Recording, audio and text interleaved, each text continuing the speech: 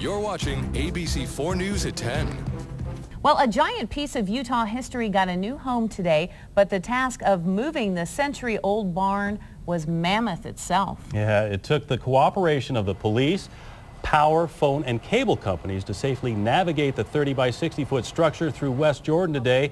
An effort 3 years in the making that nearly didn't happen, except for a small miracle.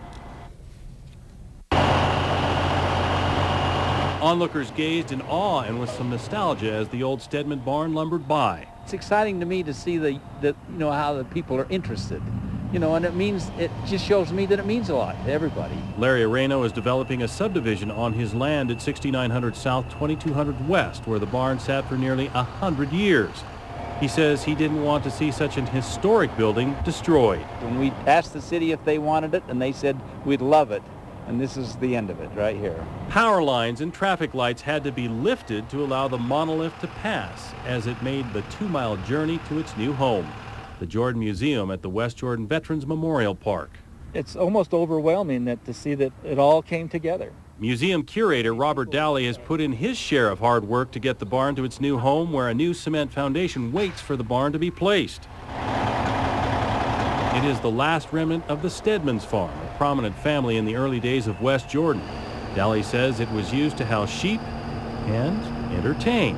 They even had barn dances back in it at one time because of the size of it. The barn will now house historic farm equipment and a second-story museum displaying items from 150 different Utah dairies to preserve a way of life of days gone by. That's our history. We were a farming community, and barns were a big part of that. But the hefty $20,000 price tag to move the building nearly kept the entire project from happening if it weren't for a surprise one-time windfall. A special grant only available this year came from the State Office of Museum Services, just enough to cover the cost. If it wouldn't have been for them, the barn would probably be torn down. Now, no one knows exactly what year the barn was built, but Stedman descendants say it was right around the turn of the century. Wow, quite an undertaking, but well worth it. That Huge thing was place. huge. Yeah, That huge. must have took forever. Pretty well built, though, to withstand all that load. Yeah, definitely. Good story, buddy.